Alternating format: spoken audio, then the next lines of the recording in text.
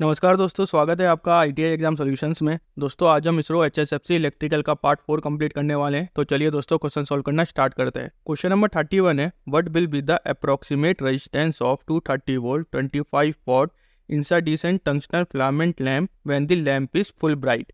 जब लैम्प पूर्णतः जलता रहता है तो 230 वोल्ट 25 वॉट ताप दीपित टंगस्टन तंतु लैम्प का लगभग प्रतिरोध क्या होगा। तो हमें यहाँ पे क्या क्या गिवन है, पहले इसको देख लेते हैं। हमें यहाँ पे पावर गिवन है, पावर है 25 वॉट। उसके बाद हमें यहाँ पे वोल्टेज गिवन है, वोल्टेज कितना दे रखा है 230 वोल्ट। तो हम सिंपल फॉर्मूला यूज करेंगे पावर का, power equals to V square upon में R। इससे हम रेजिस्टेंस निकाल सकते हैं इजिली। रेजिस्टेंस क्या हो जाएगा V स्क्वायर अपॉन में P। तो वोल्टेज कितना है 230 इंटू 230 अपॉन में 25। तो रेजिस्टेंस लगभग 2116 ओम निकल के आएगा, जो कि ऑप्शन में नहीं है। इसका राइट आंसर होगा 2116 ओम। क्वेश्चन नंबर 32 है, a plant is running on 400 volt 50 hertz LT supply for 10 hour. The load comprise lighting load of 2.5 kilowatt at the rate 0.9 power factor lagging on R phase heater. Load 5 kilowatt at the rate UPF on Y phase and 3 phase SCIM drawing 5 kilowatt at the rate 0.8 PF lagging. What is the total energy consumption by the load? कोई संयंत्र 400 volt 50 hertz LT विद्युत आपूर्ति पर 10 घंटे चलता है, जिसमें कुल lighting load 2.5 kilowatt 0.9 power factor lagging पर आर फेस, तापक लोड 5 किलोवाट यूपीएफ पर वाई फेस और 3 phase SCIM 5 kilowatt 0.8 power factor lagging लेता है। तो लोड हेतु कुल विद्युत की खपत क्या होगी। क्वेश्चन पढ़ने में काफी ज्यादा लंबा है, लेकिन इसका आंसर काफी ज्यादा इजी है। यहाँ पे 3 फेस दे रखे हैं। पहला आर फेस, इसमें हम कितना लोड यूज कर रहे हैं, इसमें हम 2.5 किलोवाट का यूज कर रहे हैं। वाई फेस में 5 किलोवाट और SCIM में 5 किलोवाट। इन सबको कितनी देर के लिए यूज कर रहे हैं, इन सबको हम 10 घंटे के लिए यूज कर रहे हैं। तो टोटल एक्टिव पावर कितनी हो जाएगी, total active power which is equals to, तीनों को ऐड कर देंगे, 2.5 plus 5 plus 5 which is equals to 12.5 kilowatt. अब टोटल एनर्जी कंजप्शन कितना होता है, वो होता है एक्टिव पावर मल्टीप्लाई में टाइम टेकन। तो टाइम आपको पता है कितना है 10 घंटे, और टोटल एक्टिव पावर कितनी निकली 12.5। तो 12.5 into 10 which is equals to 125 kilowatt hour. ये इसका आंसर है। सो ऑप्शन नंबर है 125 यूनिट इसका राइट ऑप्शन होगा। यहाँ पे एक और चीज, 1 किलोवाट आवर मतलब 1 यूनिट, और यहाँ पे 125 किलोवाट आवर था तो यानी कि 125 यूनिट। क्वेश्चन नंबर 33 है, a resistance of 8 ohm, a capacitive reactance of 10 ohm and an inductive reactance of 4 ohm are connected to form a series RLC circuit. The impedance and power factor of the circuit will be। RLC श्रृंखला परिपथ बनाने के लिए प्रतिरोध 8 ओम, धारित प्रतिघात 10 ओम और प्रेरण प्रतिघात 4 ओम से जुड़ा है। तो परिपथ का प्रतिबाधा और ऊर्जा घटक क्या होगा। तो सीरीज RLC सर्किट के लिए इम्पीडेंस का फॉर्मूला क्या होता है, इम्पीडेंस को हम डिनोट करते हैं किससे, Z से। तो Z equals to under root of R square plus XL minus XC का होल स्क्वायर। XL क्या है, इंडक्टिव रिएक्टेंस, XC क्या है, कैपेसिटिव रिएक्टेंस। तो हमें सारी वैल्यू को यहाँ पे पुट करना है। तो रेजिस्टेंस कितना है 8 का स्क्वायर प्लस इंडक्टिव रिएक्टेंस कितना है 4 माइनस कैपेसिटिव रिएक्टेंस कितना है 10 का होल स्क्वायर। तो Z हो जाएगा 8 का स्क्वायर 64, 4 माइनस 10 माइनस 6 और माइनस 6 का स्क्वायर 36। तो Z हो जाएगा अंडर रूट ऑफ 100 और Z यानी कि 10 ओम आ जाएगा। अब 10 ओम तो यहाँ पे आ चुका है। अब हमें ये देखना है इसका पावर फैक्टर क्या होगा। तो पावर फैक्टर होता है इसका, power factor is equals to R upon में Z। तो रेजिस्टेंस कितना है 8 और इम्पीडेंस कितना है 10, तो ये निकल जाएगा 0.8। अब हमने पावर फैक्टर भी निकाल लिया, अब हमने इम्पीडेंस भी निकाल लिया। अब मुद्दा ये आता है कि क्या ये लीडिंग है या ये लैगिंग है। अब आप देखेंगे ध्यान से कि जो कैपेसिटिव रिएक्टेंस की वैल्यू है, ये कैपेसिटिव रिएक्टेंस की जो वैल्यू है 10 ओम, वो इंडक्टिव रिएक्टेंस की वैल्यू से ज्यादा है। इसका मतलब कौन लीड कर रहा है, किसके पास ज्यादा पावर है, वो कैपेसिटिव रिएक्टेंस के पास ज्यादा पावर है। तो क्योंकि कैपेसिटिव रिएक्टेंस की वैल्यू ज्यादा है इसलिए पावर फैक्टर लीडिंग होगा। अगर इंडक्टिव रिएक्टेंस की वैल्यू ज्यादा होती तो उस टाइम पे क्या होता, पावर फैक्टर लैगिंग होता। So option number D 10 ohm 0.8 leading इसका राइट ऑप्शन होगा। क्वेश्चन नंबर 34 है, in underground power cable the vector position of charging current with respect to voltage is. भूमिगत विद्युत केबल में वोल्टेज से संबंधित आवेशित धारा डैश के शादित स्थिति में होती है। It lag the voltage bye 180 degree, B lag the voltage by 90 degree, C leads the voltage by 180 degree and D leads the voltage by 90 degree. देखिए चार्जिंग करंट किसकी वजह से होता है, कैपेसिटेंस की वजह से होता है, और कैपेसिटेंस की वजह से कुछ भी होगा वो चीज लीड करेगी। तो इसका मतलब अंडरग्राउंड केबल में चार्जिंग करंट वोल्टेज से लीड करता है कितने एंगल पर? 90 डिग्री एंगल पर। अब ट्रांसमिशन लाइन में या ट्रांसमिशन सिस्टम में कैपेसिटेंस किसकी तरह एक्ट करता है?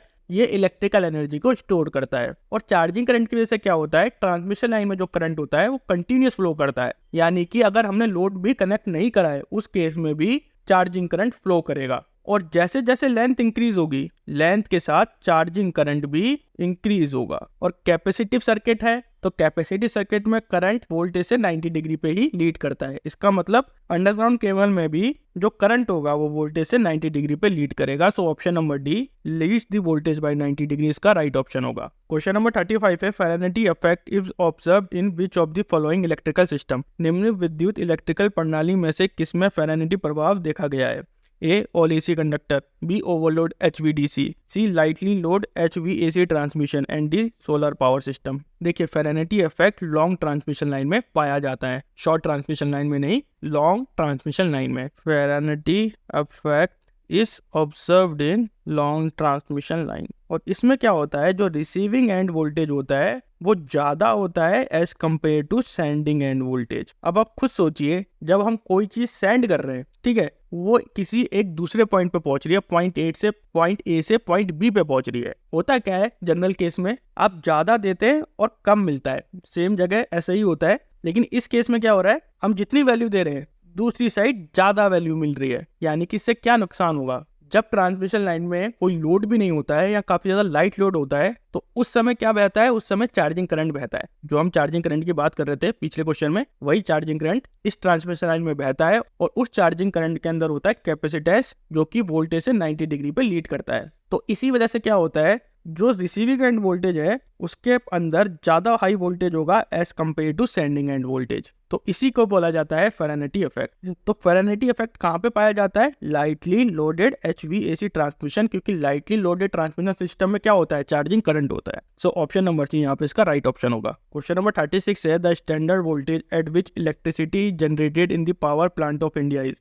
भारत के ऊर्जा संयंत्र में किस इलेक्ट्रिसिटी में मानक वोल्टेज का जनन किया जाता है? A 132 kV, B 415 kV, C 11 kV and D 765 kV। देखिए इंडियन पावर प्लांट्स में जो स्टैंडर्ड वोल्टेज होता है वो कितना होता है? वो 11 kV होता है, क्योंकि 11 kV काफी ज्यादा सुटेबल पावर लाइन होती है पावर जनरेशन के लिए, क्योंकि इस इलेक्ट्रिसिटी को जनरेट करना काफी ज्यादा चीपर होता है। और बाद में हम क्या करते हैं, हम स्टेप अप ट्रांसफार्मर से इस लेवल को इंक्रीज कर देते हैं। तो यूरोप और इंडिया में जो ट्रांसमिशन होता है वो 11 kV 50 हर्ट्ज पे होता है, और नॉर्थ अमेरिका में जो ट्रांसमिशन होता है वो 60 हर्ट्ज पे होता है। So option number C 11 kV इसका राइट ऑप्शन होगा। क्वेश्चन नंबर 37 है, the given below circuit represent, नीचे दिए गए परिपथ किसका दर्शाया गया है? A equivalent circuit of transformer, B equivalent circuit of transmission line, C equivalent circuit of induction motor and D equivalent circuit of DC motor. तो जो ये हमें सर्किट दे रखा है ये किसका सर्किट है? ये सर्किट है equivalent circuit of induction motor. इसमें R1 किसको रिप्रेजेंट कर रहा है? ये R1 किसको रिप्रेजेंट कर रहा है? ये स्टेटर वाइंडिंग को रिप्रेजेंट कर रहा है, स्टेटर वाइंडिंग। और X1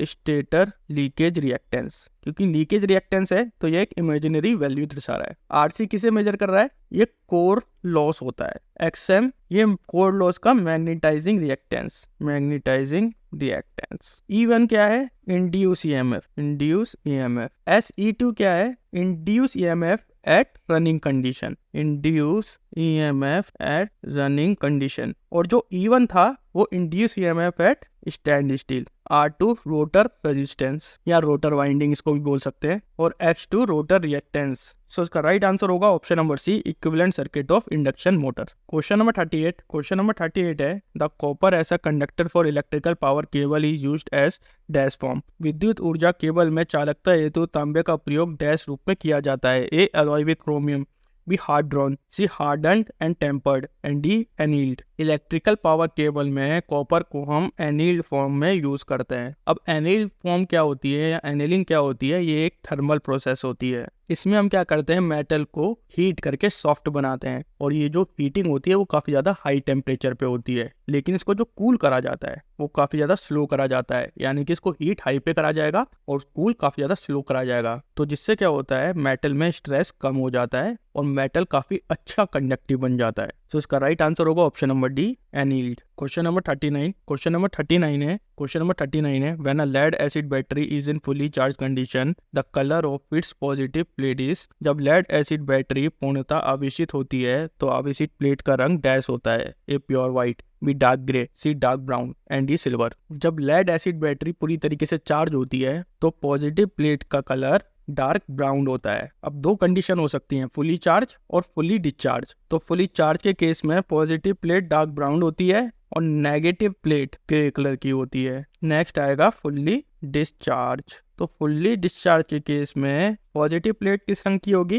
व्हाइट रंग की, और नेगेटिव प्लेट भी व्हाइट रंग की होगी। So option number C dark brown इसका राइट ऑप्शन होगा। क्वेश्चन नंबर 40 है the short circuit current rating of a 60 ampere C type MCB is approximately. 16 ampere C type MCB का शॉर्ट सर्किट करंट का मूल्य लगभग डैश होता है। A 100 kilo ampere, B 16 ampere, C 16 time the rating and D 10 kilo ampere. देखिए short current rating of 16 ampere C type MCB कितनी होती है, वो अराउंड 10 किलो एम्पेयर होती है। ये चीजें याद करने वाली है तो उनको याद कर लेना। अब शॉर्ट करंट रेटिंग क्या होती है, जब इलेक्ट्रिकल करंट अचानक से काफी तेजी से बढ़ जाए उसे बोला जाता है शॉर्ट सर्किट करंट रेटिंग। और एमसीबी को क्या बोला जाता है, मिनिएचर सर्किट ब्रेकर, और ये काफी ज्यादा हाई करंट को झेलने की क्षमता रखता है। तो इसका राइट आंसर होगा option number D 10 kilo ampere. दोस्तों अगर आपको ये वीडियो पसंद आए तो प्लीज इस वीडियो को लाइक कीजिए, हमारे चैनल को सब्सक्राइब कीजिए एंड थैंक्स फॉर वॉचिंग।